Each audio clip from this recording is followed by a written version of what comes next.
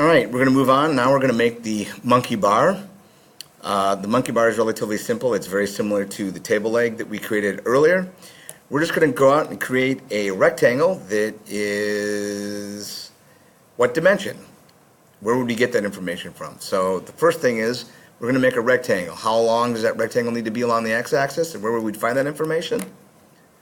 Correct, right here. 96 inches in length, and then what height? Where would we get that information from? That is correct. We're going to take a look at the right side view. Excuse me, with Jesus Ramirez, please report to room 10. Jesus Ramirez to room 10. And then I'm going to dimension that to a height of 6 inches. So again, I'm already in the right project path. New, English, standard.ipt. Start 2D sketch, XY plane. I'm going to select the rectangle tool. Start at the origin. Green means, that's right, go. So according to my drawing, I need to make a drawing or sketch that is 96 inches in length and 6 inches in height. So 96 by 6. Click the front of my home cube. Finish sketch. Go home, and I need to extrude this out. And then we'll extrude this out. How many inches? That's correct, 6 inches. So there's the basic geometry for the monkey bar. Now I need to start adding some additional features, some other geometric features. I have how many holes here? 1, 2, 3, 4, 5, 6, 7. What tool am I going to use to sketch the location and the geometry for the holes? That is correct, the point tool. So now I'm going to right click on the front of my monkey bar, right click, new sketch, click the front of my home cube, select project geometry, and then I'm going to use my point tool. How many holes do I have? 1, 2, 3, 4, 5, 6, 7. So I'm just going to put 7 points. 1, 2, 3, 4, 5, 6, 7. Right click OK, and I know it's kind of hard to see. And now I need to dimension them. The first one is 12 inches from the left-hand vertical axis. The one on the right is 12 inches from the vertical axis. I'm going to make this 12. And I'm also going to dimension this from the, from the bottom horizontal axis.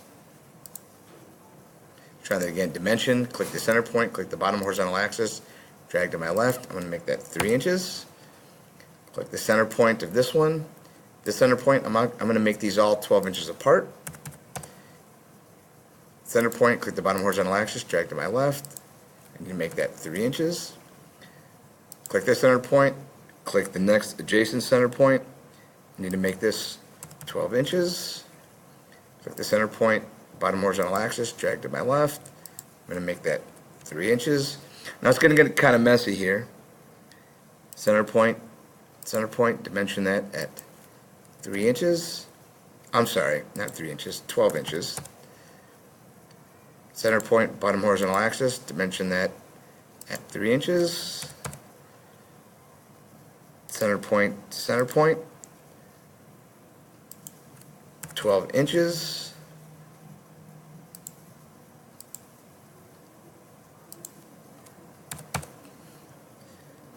Center point,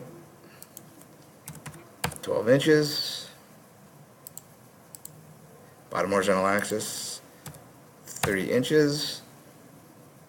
Center point, right hand vertical axis, dimension, center point. I'm going to make that 12 inches. This one I'll drag over to the right. 3 inches. And just to be sure, look at that. Everything turns out to be groovy. So there's no reason to dimension that first one. And if I look over here in the lower right hand corner, I am fully constrained. That's exactly what I want to see. I'm going to finish the sketch. And then what tool am I going to use to indicate my hole? My holes have a depth through the entire object, as I can see through the hidden lines here in my top view. And they have a diameter of 2 inches. So I'm going to use the hole tool. through all, and I'm going to dimension this to 2 inches. Click OK, and I'm going to save as monkey bar. Go to the big eye, save as